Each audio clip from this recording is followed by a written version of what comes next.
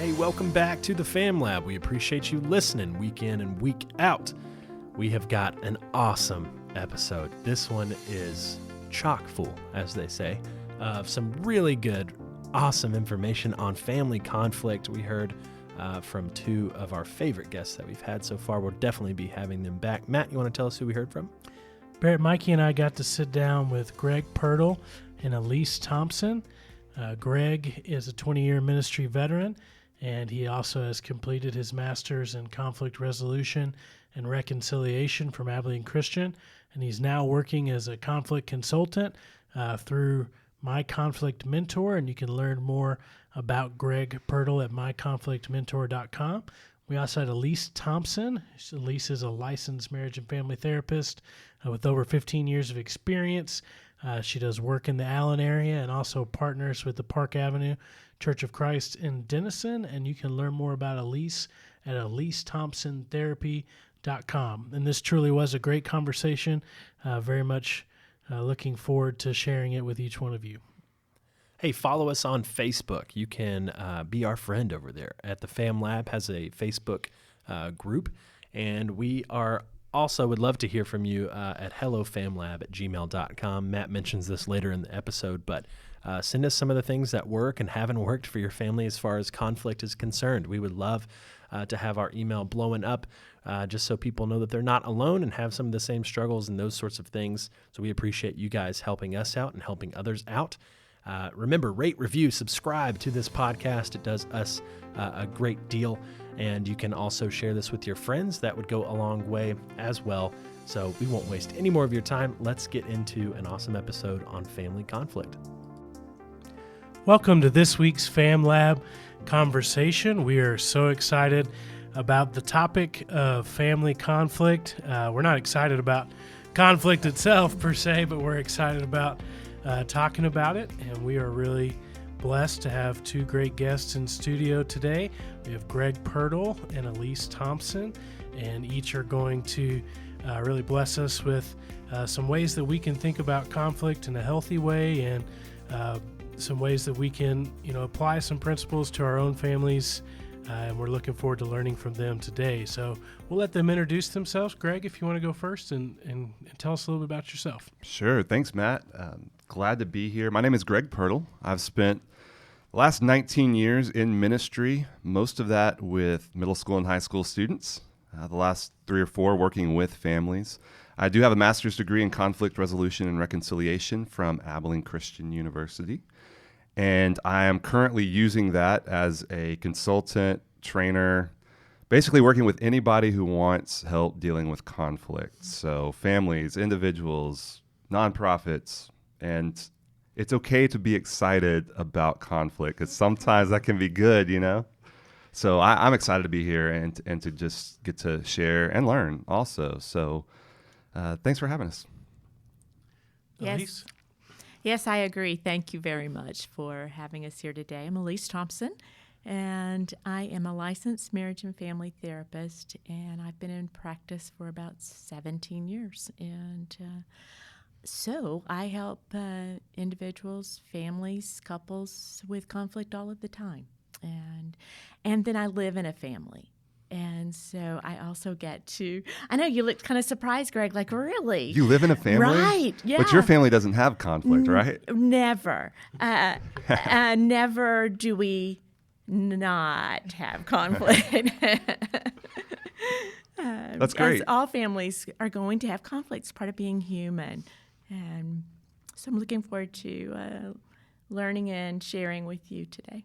Yeah, I guess I should also share that I live in a family as well. So I have a teenage daughter and a daughter that will be a teenager here in about 18 months or so. So, so we're entering into some new territory and managing that as well. Fun years. I love it. So Yeah, fun years. That's awesome. Thank you so much again for being here. We're just going to kick it off. We're going to get right to it. What do you guys think are some of the most common causes for conflict in the family? Great question. Great place to start. So, I don't know, Elise, you want to start or you want me to take it? Common causes for conflict. I can start with some, pretty much in general, is that most conflicts, no matter what we're fighting over, tend to be about one or two core issues, and that is, am I safe or am I loved? So that's where I'm going to start out with.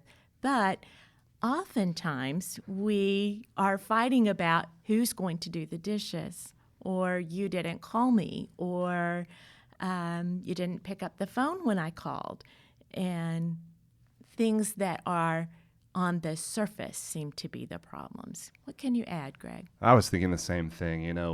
Money is a big issue that gets fought about in families. Yes.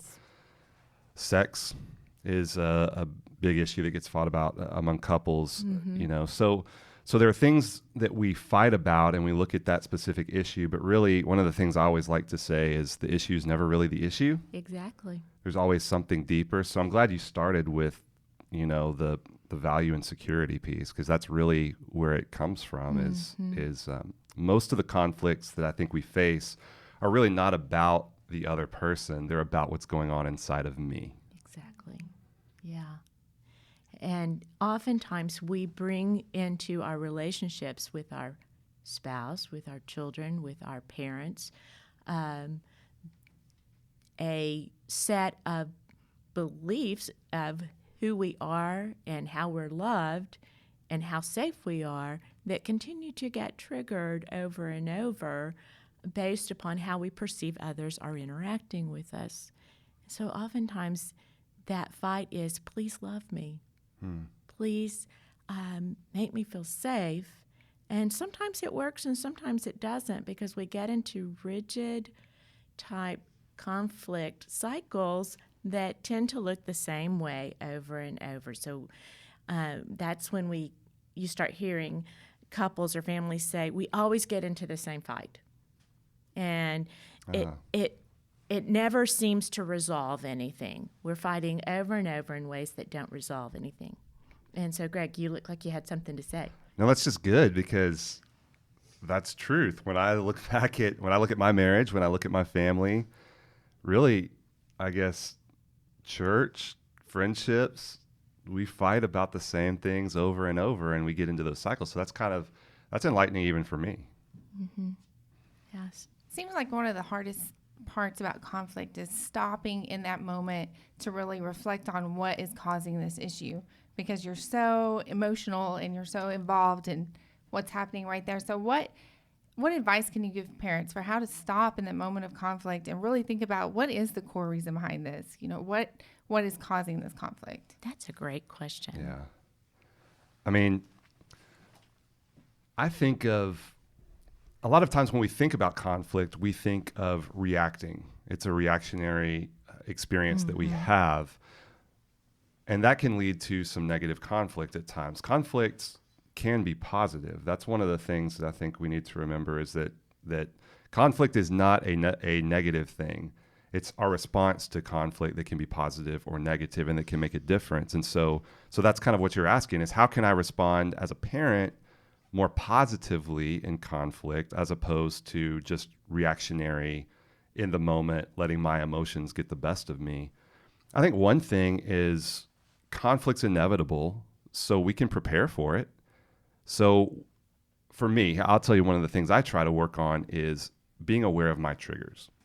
What are the words? What are the actions that, whether it's my wife or my daughters or someone else, can do that triggers me and can make me go from 0 to 20, 0 to 50, 0 to 100, whatever that is. So the more aware I become of my triggers, the more I can start to think through, okay, next time this gets said, or next time this action takes place, I can respond in a different way and actually visualize, actually think through how I'm going to respond, rather than letting it catch me off guard. Because if I'm letting it catch me off guard, let's be honest, that's really my fault, right? Because I know it's going to happen.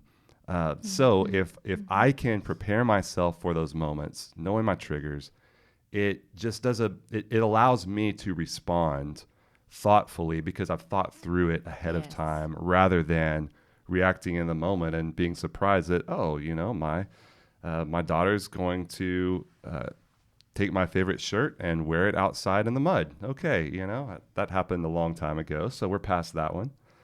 But I don't know, Elise, what would you add? I really appreciate you brought up emotional reactivity, and I appreciate that you said that let's be proactive about it. Be self-aware, know what your triggers are. However, because we're human, even the best laid plans can go awry.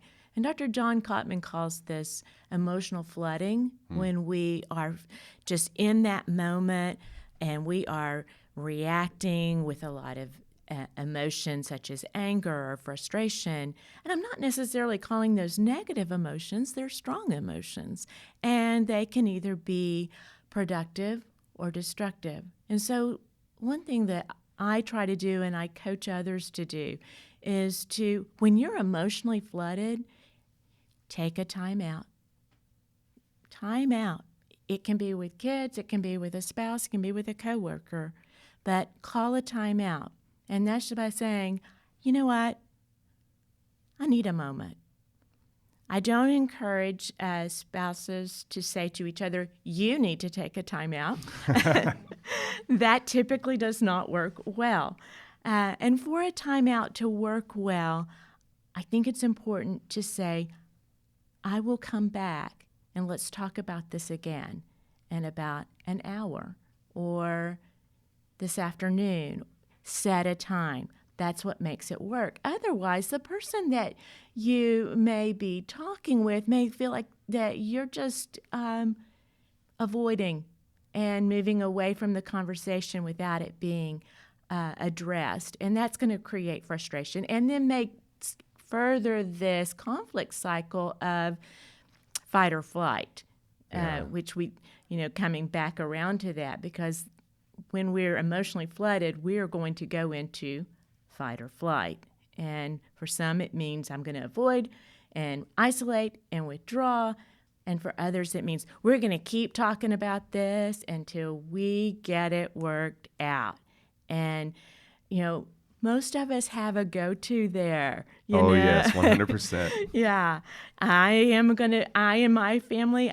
I'm going to be the fighter. I want it worked out. Whereas other family members in my family are very much, I'm out of here, And it has a lot to do with the family of origin that I grew up in and the family of origin Tim, my spouse, grew up in. Yeah. I like that you brought that up, because I think one of the things we forget sometimes, or maybe we just don't know, is we actually have options in how we're going to interact in a conflict. Most of us think fight or flight.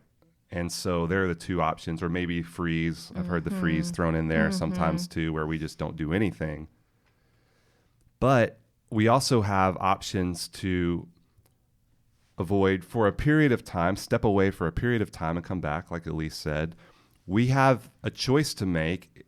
How big a deal is this really? Because sometimes we find ourselves fighting over things that really, when we look back, we're like, why am I fighting over this? Why are we fighting about this? It's because there's something in our value and security, our identity, a threat to that was triggered. But we can choose sometimes to say, you know what, this isn't a big deal. I'm going to let you have this one. And that is an option. And sometimes it's a really good option. Sometimes we feel like we need to stand our ground. And there are certain ways to do that are healthy, and say, here's why I feel so strongly about this, communicating out of love, out of respect. Sometimes we have to step back and say, okay, let's look at the bigger picture here. Let's collaborate together, because maybe we can find a win-win for everyone, or as Michael Scott said once, a win-win-win, I believe. So the more wins, the better, for sure. Yes. That's right. So there are just knowing that you have options. And one other thing I would add that I've been reminded over and over again is pray. Pausing to pray can change the dynamic of the interaction. Thank you, Greg. You guys have brought up so many great things. I'd love to explore some of them a little further.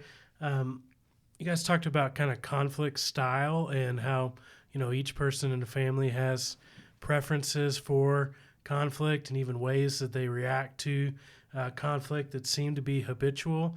As parents, how do you begin to, teach your kids about healthy conflict, or how do you begin to, love languages has kind of become popular, but almost conflict styles need to become almost as popular about learning how your kids, work through things and different things. Can you tell us a little bit about what the everyday parent can do to learn more about their spouse or their kids and how to interact with them in a healthy way? That's a great question. So I'm going to share a story real quick because I think there's a lot we can learn just by observing or just by allowing our kids to try some things. My daughter, when she was in first grade, my oldest, when she was in first grade, she had a situation where she was in a school program and the girl that stood next to her kept stepping on her toe every single day, just stomping on it. So this really bothered her, and we were at dinner one night, and my wife asked, what's bothering you? And she kind of came out with it. And so being the expert that I am, I started talking with her about all the different ways that she could go through this conflict, that she could, push into it or withdraw or whatever she's going to do. And finally, she just said, Daddy, I think I just want to write her a letter and tell her how it makes me feel. And I thought, well, that's not one of the options, but let's see how that works, And so we prayed for her. She wrote the letter. We did email our teacher, and we said, but please don't take over. Let her do this. Let her try it. And good night, it worked. That's great. So sometimes it's allowing our kids to come up with the solutions on their own when they're in conflict with others, or even when siblings are in conflict, allowing them to come up, how do you think we should handle this situation? So that's one thing. It's just allowing them, because their brains, sometimes we could learn from them. I'm convinced that more often we can learn from our kids than the advice sometimes we have for them. Yeah. I don't know, Elise, what thoughts do you have? Oh, I have a lot. In fact, I knew you would. I'm just trying to decide how to sort through priorities here. Two things I heard you ask, and one was, how can you understand your spouse differently or in a way that helps you have more effective conflict resolution? And the second is how to understand your children. I think they're somewhat different. There is some overlap. First of all, our kids are going to model after us. They are going to watch what we do, and as one of my colleagues says, more is caught than taught. And so they're going to pick up what we do. And so first and foremost, I would say work on your relationship with your spouse. And learn your conflict dance, if you will, how it is that you keep getting into the same cycle. Who's the fighter? Who's the one that fights? Or maybe one of you comes out fighting and then withdraws, and then the other one withdraws first, and then after they've had a time to think about it, they come out fighting. And so learning how to interact with a spouse during times of conflict is what I would suggest first. There are things to avoid. There are things to avoid, like blaming, like becoming defensive, like stonewalling. Taking a time out is not stonewalling. Stonewalling is cutting your partner out, shutting them out, and sometimes for days, and not the silent treatment, if you will. And then one or the other will have a bid for connection, and then you'll reconnect, but you still do the same cycle the next time. Still have the same pattern. So disrupting that pattern is important. Finding a way to disrupt that pattern, to stay in the conversation, to take a time out and calm down, because you're not going to solve it when you're so elevated emotionally. And also to have permission to feel your feelings. Yeah. To own your feelings. And that's where I think we can come to a place with children, is giving them permission to feel their feelings, and then helping them, guiding them what to do with these really strong feelings when you're feeling mad, when you're feeling frustrated, when you're feeling sad. Because there are some ways that hurt others when we're mad. And there are some ways that help us to have more understanding of ourselves and others when we're mad. And with children, it is going to be developmental. And I noticed that you had a question about developmental stages, and I would recommend for every parent to Google or buy a good book, and I don't necessarily have one recommendation on developmental stages for children and for teens. I just think that's a go-to. There's some very good research out there on this. These are the tasks, the behaviors, the thought processes that can be expected at age 3, age 5, age 8. And that's information that's readily available. Yeah, I think that's good. And a word I want to keep coming back to, and you alluded to this, is awareness. Because when I catch myself, whether it's in the moment or when I do the reflection and think back, okay, we've had this pattern going on, what can I do differently next time to help break that cycle, to help break this pattern? Because we need that pattern interruption. So anything we can do to become more aware of self, to become more aware of our spouse, of our children, of our surroundings, our environment, to become more aware of God. Yeah. Anything we can do to become more aware, it just helps move us a step forward in our ability to interact in the relationships with our family, with others, and with God, I think. Yes, thank you for that, Greg. I really appreciate that both of you have talked about spending that time with your children to help them build that awareness. It's not necessarily something that comes naturally to really think through and process all of that. And you both talked about giving kids the space and the time and the direction to think through the conflict and to understand that there are options. You know, I don't think we come into parenting thinking, okay, I'm going to teach about conflict today. I'm going to talk about self-awareness, but those are things we do need to be intentional about. Yes. Thank you. Good point. And man, I like to think of it as you're giving your children a gift when you teach them how to be self-aware, when you teach them how to be aware of the environment and the people around them, how to be respectful, how to be kind. I'll tell you, this is kind of a side note maybe, but I stopped using the word nice because what is being nice? I try to be very specific about actions now in my life and with my children. Be kind, be generous, be thoughtful, considerate, be good listeners, whatever it is. And I think when we can attach those things, that also sets them up to be better peacemakers and better in situations of conflict, because now they don't just have to be nice. I'm not just being nice, because nice is very, it's hard to define. And it's not listed in the fruits of the Spirit either. So, and whenever you can tie it back to Scripture and what they're learning about in Bible class, and then show them how this really connects with your everyday life. What fruit of the Spirit can you demonstrate here? I love that. Yes. And nice also can be interpreted as giving in or just going along to get along. When sometimes you need to stand up and say, you know what, that it hurts my feelings when you step on my toe. Yeah. And so I think that's a very good point. One of the particular conflicts that I think a lot of parents are dealing with today is, how to help their kids with issues that, maybe are outside of their, comfort zone, in terms of, we have a lot of parents ask us about, hey, I'm having this conflict with my kids about technology, or I'm having this conflict with my kids about, the different types of responses to other things going on in culture. And it seems like a lot of the conflict stems from feeling like you might not know as much as your kids about something, and you're typically afraid of it. Is there any advice you can give to parents about, how to not, interact with your kids in a negative way just because it might be something that's new or difficult or something like that? Right. That makes me think back, Greg, when we had a talk about how to use technology, and you did a series on that. So maybe you could speak to that one. We did. Boy, I got to think back to that a little bit.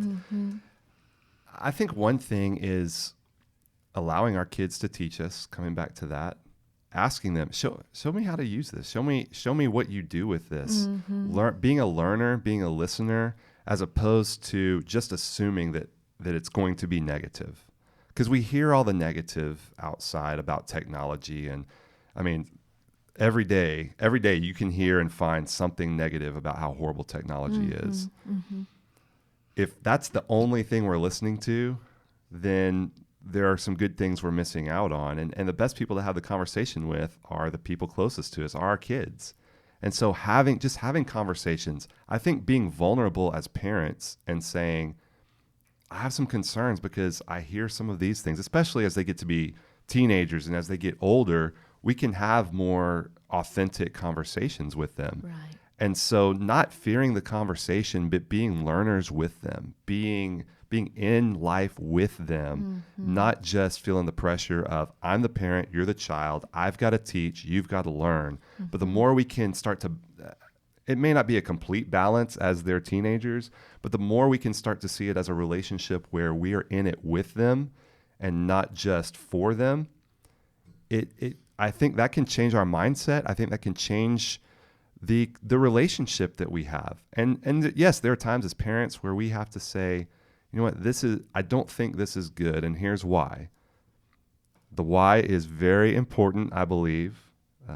Because I said so does not count, but we still say that anyway.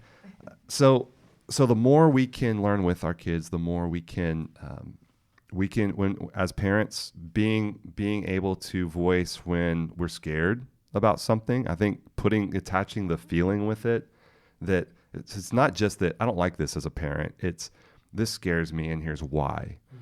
So being open and communicating with them, and then it allows them to share back and for us to listen, because we're sharing from a deeper, more intimate place than just on the surface level. I don't know. That's not very specific, but I think those are some things that I think about when it comes to our relationship with our children. And that could be technology, that could be anything. Right.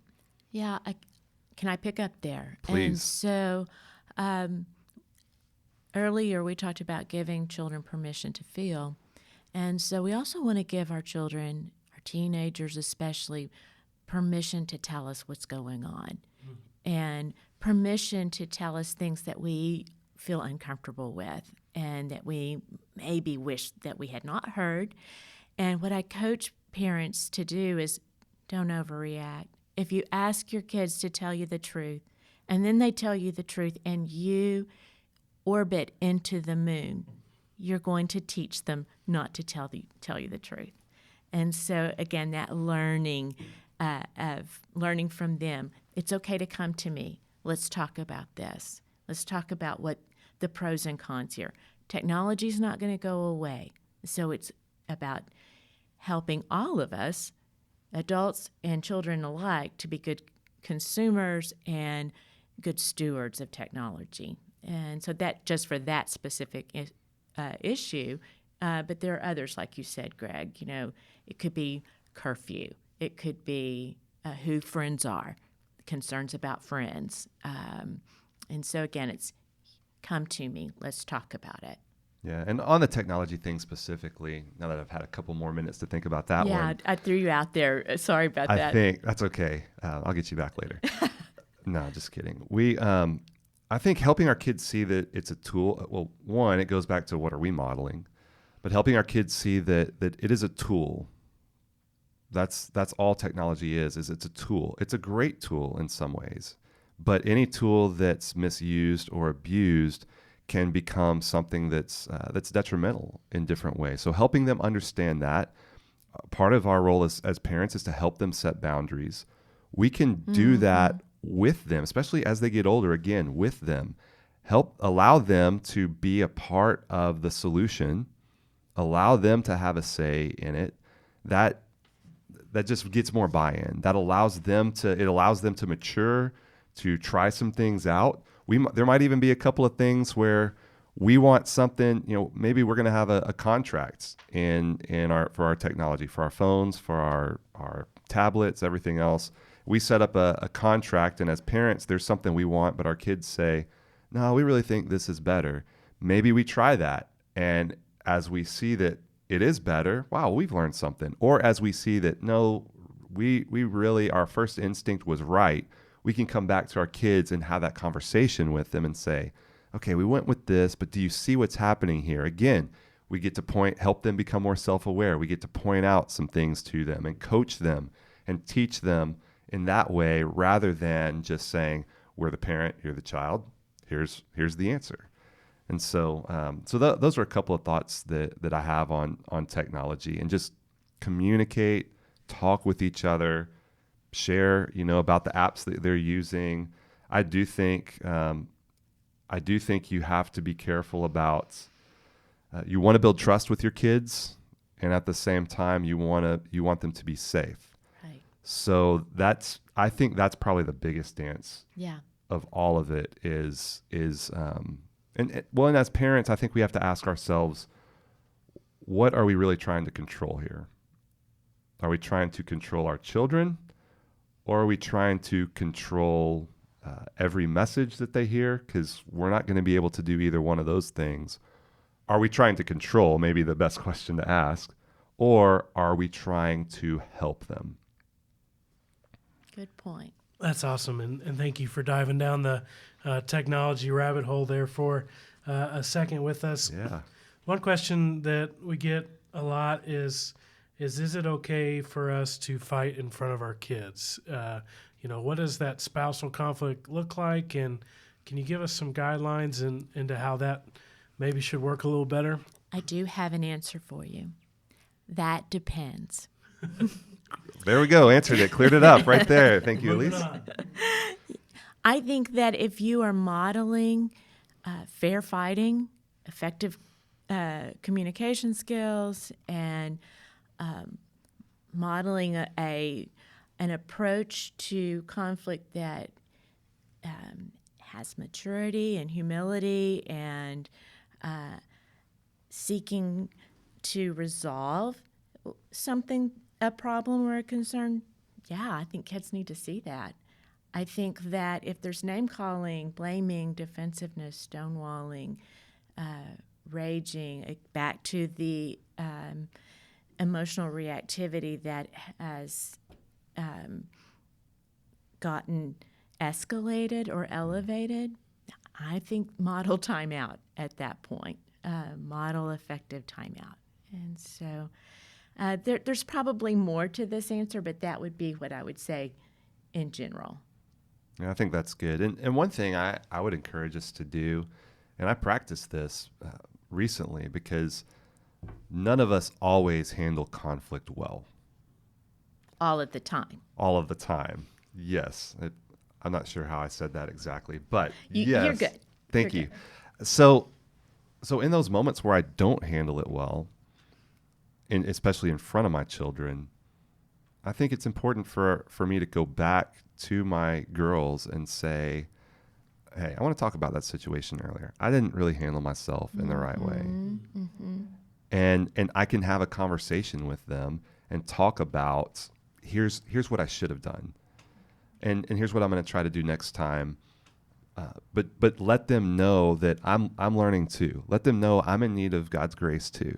Yeah. I think it's important for our kids to know that their parents need God's grace too. And that doesn't mean we intentionally decide to lose it or whatever, but I know there are going to be times in family situations where we have to go back and apologize to our spouse, to our children, and that's okay. In fact, I think that's good. Some of the best moments in my relationship with God have come from having to go back to my wife or to my children and say, I'm sorry I did that. Let's talk about this, because it reminds me of God's grace, and I get to experience God's grace and forgiveness through them. And I remember on the other side of it, when they mess up, or when they do something, not even mess up, when they do something that's not even just something I didn't expect, and it created conflict, and they come back to me and apologize, I owe them that same forgiveness and grace because of what they've offered me and what God's offered me. And I get to dispense God's grace to them in those moments. I'd like to end with a little bit of a broad question about just us as Christians, and I'd just love to hear your thoughts about, we're given the title of being ministers of reconciliation, and Jesus, encourages us to be peacemakers, and he tells us that it's blessed to behave in that way. Can you give us some encouragement about just the role that conflict resolution plays in the Christian walk? My first thought is that back to the core issues of conflict, that it's often about, am I loved, am I safe and secure? And so the more that we lean in to Jesus Christ, the more we're going to feel safe, and the more we're going to feel loved and secure. And so as perhaps messengers of peace, could we say that? That's good. That way, I think that our first awareness is, how am I with Christ? Because then, if we're secure and we're feeling loved, we're going to respond to others that way. And then we could seek then, what is it that they need? And that's actually something that I, as a parent, that if I could remember in those moments of conflict to stop and go, Lord, what does this child need from me right now? Instead of trying to control, as you mentioned, Greg, or to get a quick fix, or just get them to do what I wanted them to do in that moment. If I would just stop and pray that prayer, it would often have a different outcome. And I think that's the same with whoever we're talking with, or whatever conflict we have before us.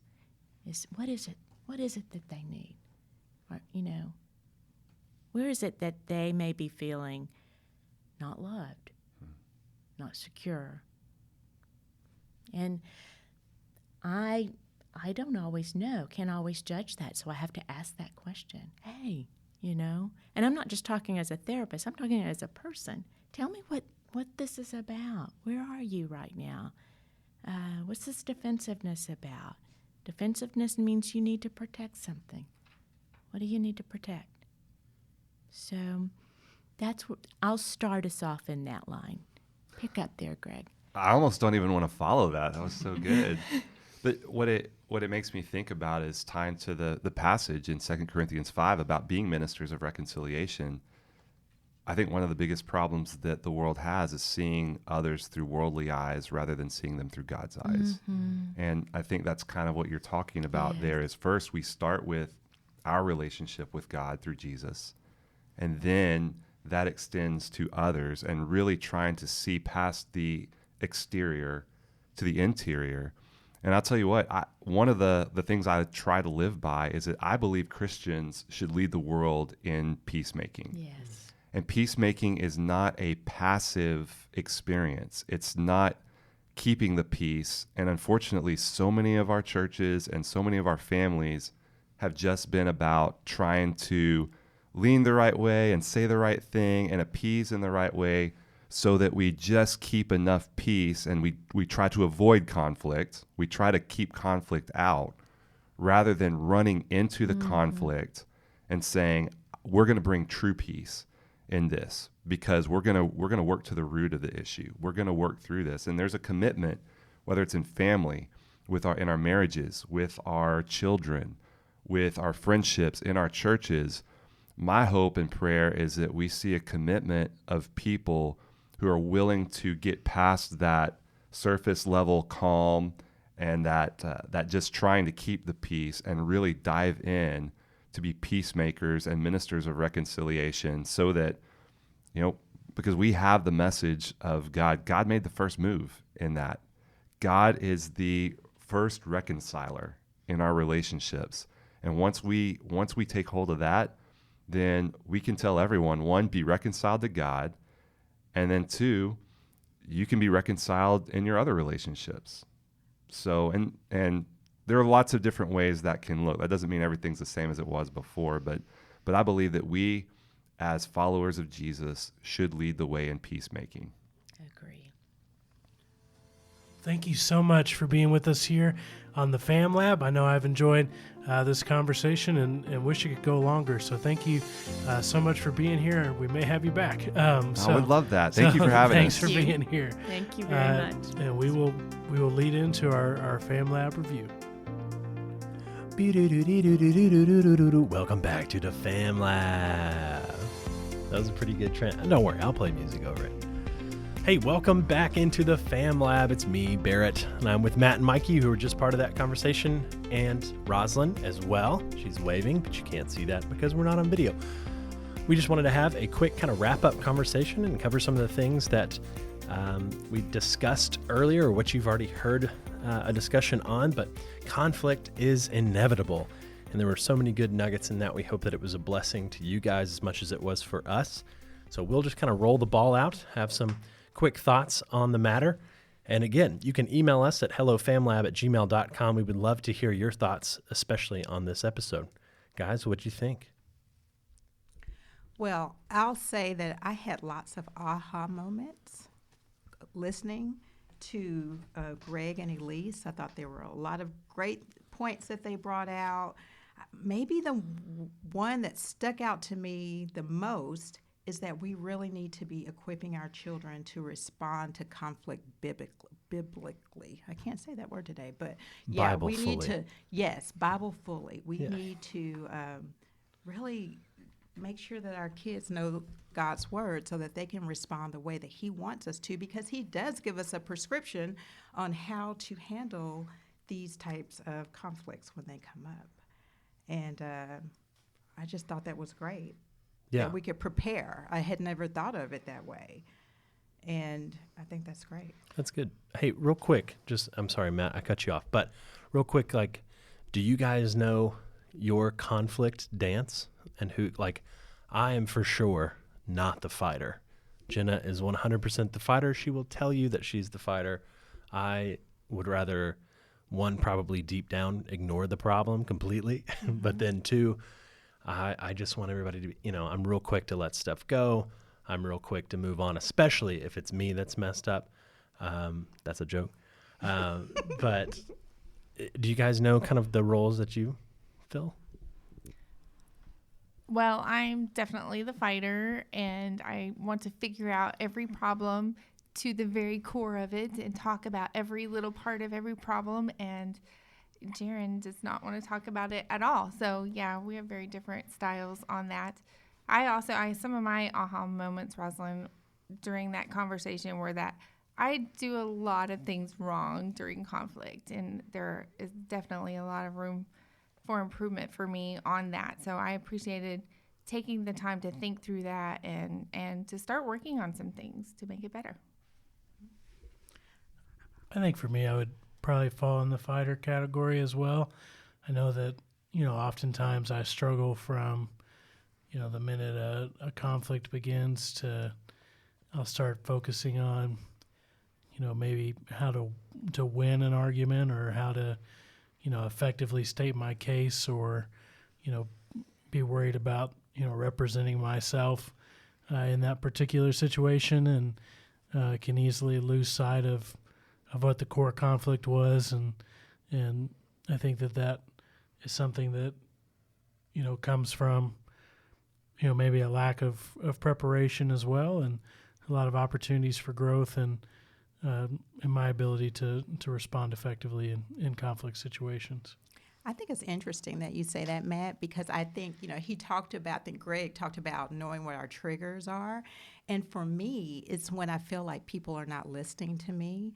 And so a lot of times I think we do that to each other, where we're trying to not listen. And we're not that we're not trying to listen, but we're formulating our argument, and we're doing all this stuff and not really hearing what the other person has to say. And I think that continues the conflict a lot of times, because we won't just say, I need to just hear where they're coming from and stop. Right. thinking about my perspective and listen to their perspective. We're busy loading our weapons. Yeah. I think when it comes to having conflict, when my kids are involved, something that occurred to me during their conversation was asking myself, what am I really trying to control? You know, if I'm upset at something my kids did, why is that? What is it that I'm trying to control about them, and is that really important? I think, one of the other things that they mentioned a lot about was just the way our emotions manifest themselves in conflict. I think that for me, sometimes I can even try to not act emotional and try to use that as a part of me saying, like, I'm handling this better, and even making it, kind of one of my argument tools, when at the same time, the response is going to be different for everybody, and it's not fair to use how a person is responding to a situation as a way to judge the validity of how a person feels or their particular view of whatever the conflict is, for sure. Well, before I forget, because I will forget, Kyle's not here, and you don't need to feel bad about Kyle not being in on this episode at all. One, if you're in the group of two people that missed Kyle and realized that he wasn't here, it's okay, because he's in Cancun and he's just soaking up the sun with his wife, celebrating 10 years of off and on wedded bliss. This is how he puts it. So we are just excited for him. We missed him, things like that. Anyways, I just didn't want to forget and give him a quick shout out. Part of our fam lab is in Cancun this week. Okay, back into the business of conflict. Speaking of emotion and trying to keep, just being mindful of emotion and that sort of thing. He brought up, I think it was Greg, brought up a great point. Maybe it was Elise. I've already forgotten. Brought up the point of don't overreact, and this idea of how to keep our emotions in check. And that works. I think they were kind of referencing it in, your conversations or conflicts between parent and child, but it also works between spouses as well. And just, that if your spouse reacts a certain way, it's like, okay, I've got to be really careful with this news. And then we're walking around eggshells, on eggshells, that sort of thing. But I do think that is so key, especially that's when I end up hearing from teens is if they've made a mistake that they've already made before. And they say, look, I've done this before and I know my parents are going to react this way. Well, how do you know they're going to react that way? Because I've done this before and they've reacted that way before. And so now I'm coming to you as almost a secondary person to tell because I'm concerned about the reaction or the overreaction. And so it's so important, so key to keep our emotions in check. Not that we can't have them, like Matt and Mikey have just said, but to be mindful of our response. And it was Elise that was saying to be, even if it's stuff that we'd rather not even hear, to just kind of keep ourselves in check. Easier said than done, for sure. Mikey? I think Elise also said, she threw out the term emotional flooding, which really resonated with me. Just I feel that way sometimes when I'm in conflict. I feel flooded and overwhelmed by the emotion of it. But what Greg kept coming back to that I think is also really important is the idea of just being prepared, knowing that conflict is going to happen. We don't know exactly when it's going to happen, but if we let it take us off guard, I think that's when we have that emotional flooding. And then just the self-awareness to realize maybe I am overreacting because I'm feeling triggered by these different things, and maybe it's hitting on one of those causes. I really appreciated what they boiled down to the kind of the three causes for conflict of security and value and identity, and just, am I feeling safe? Am I feeling loved? And is this impacting how I view myself?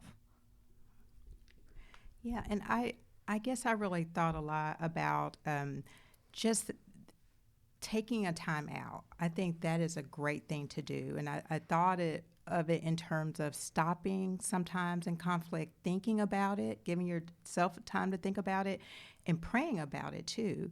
And as a parent, I started thinking about how, I mean, I can think back on my kid version of Rosalind and think of, I still have very visual memories of things that were said to me by my parents or others in conflict that still are with me, and how those things just really stick, and how someone did not stop and think, how is this going to affect her? How will this stay with her? And man, when I think about that, in fact, recently I've talked to my kids about some of those things, and my daughter said, wow, you really remember in great detail. And I went, yeah, I do. And I don't want to leave my kids with those thoughts of conflict. You know, I know that conflict can be a great thing, and we've just got to take it and again, do what God wants us to do with it, and that's work through it, and to give abundant grace, and to share that redemptive love, let it spill over into our relationships with our kids. For sure.